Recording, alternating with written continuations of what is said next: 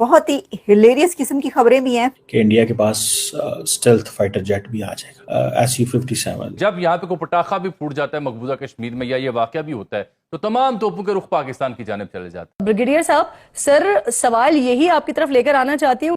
काफ़ी बातें चल रही हैं कि इंडिया जो है वो Su-57 जो है वो भी लेगा और उसकी बड़ी वो जिसे कहते हैं ना तैयारी करके बैठा हुआ है। रशिया कहता है देखो जो राफेल का फाइटर है that is 4th generation 4.5 generation आप कह लो, हम आपको 5th जनरेशन टेक्नोलॉजी दे रहे हैं हाथ में पकड़ा के कंप्लीट।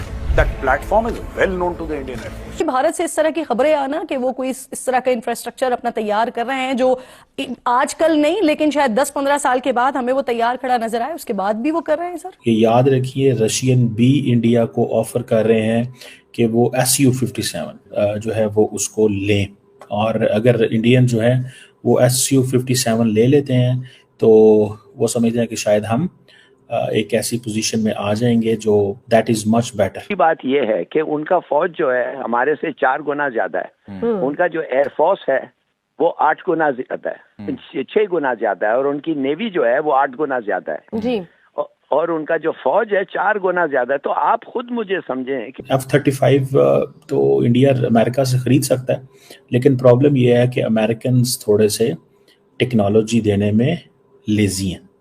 अब भारत को एक चॉइस अपनी बनानी पड़ेगी, मन बनाना पड़ेगा भारत को। अमेरिका कह रहा है कि F-35 ले लो, लेकिन अगर आपके ऊपर चॉइस है ऑलवेज गो फॉर SU-57। और इसीलिए इंडिया ने जो है इंडिया को रशिया ने प्रपोज किया है कि आप SU-57E जिसका वर्जन है स्टिल फाइटर जेट, जिसका काम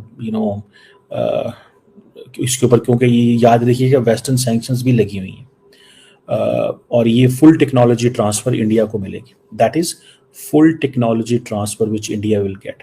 ये इंडिया को आम सिटीजन से या गवर्नमेंट से बात करेंगे या गवर्नमेंट ऑफिशियल से अगर आप बात करेंगे तो वो तो आपको यही कहेंगे कि लाख UN ने कहा हो लेकिन हम तो नहीं मानते कि ये टेररिस्ट है। भारत और पाकिस्तान के रिश्ते तो फिर इस तरह कभी सुधर ही नहीं पाएंगे अगर पाकिस्तान की जनता जो है वो ऐसे लोगों को अपना हीरो बनाएगी जो कि आतंकवादी समझे जाते हैं विश्व के दूसरे कोनों में। कुछ स्टूडेंट्स से मेरा मिलना हुआ जो स्कूल में थे, कुछ ऐसे थे जो फर्स्ट ईयर सेकेंड ईयर के स्टूडेंट्स हैं, यंग बिल्कुल बच्चे, और उनकी जो बातें मैंने सुनी, जो उस वक्त तक तो हिंदुस्तान पाकिस्तान का कोई इस किस्म का क्लैश भी नहीं हुआ था, वैसे ही मेरी मुलाकात हुई उनसे।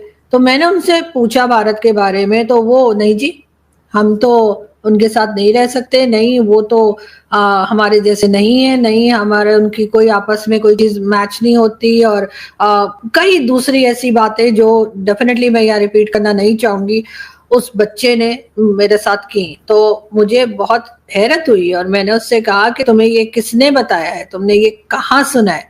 तुम्हारे घर में बात होती है, तुम्हारे मोहल्ले में बात होती है, तुम्हारे स्कूल में बात होती है, मतलब कहाँ तुमने ये सारी फजूल बातें सुनी है?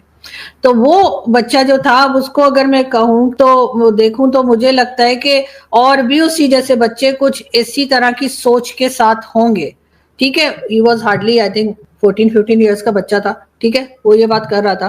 तो इसका मतलब तो ये है कि वो जहर जो आप चलता चला आ रहा है लास्ट 78 ईयर्स से, वो आपने नेक्स्ट जनरेशन के अंदर भी डाल दिया है, और वो बच्चा किसी तरीके से मेरी बात से एग्री होने को तैयार नहीं था। मैंने उससे बड़ी देर बहस की, बहुत देर मैं उसके साथ बात करती रही, और उसके घर के लोग भी यहाँ वहाँ बैठे हुए थे, वो भी हंस रहे थे और कुछ बोल नहीं रहे थे, लेकिन ये कि वो लगा हुआ था, और मैं सिर्फ उसको चेक करने के लिए उससे मुसलसल सवाल कर रही थी।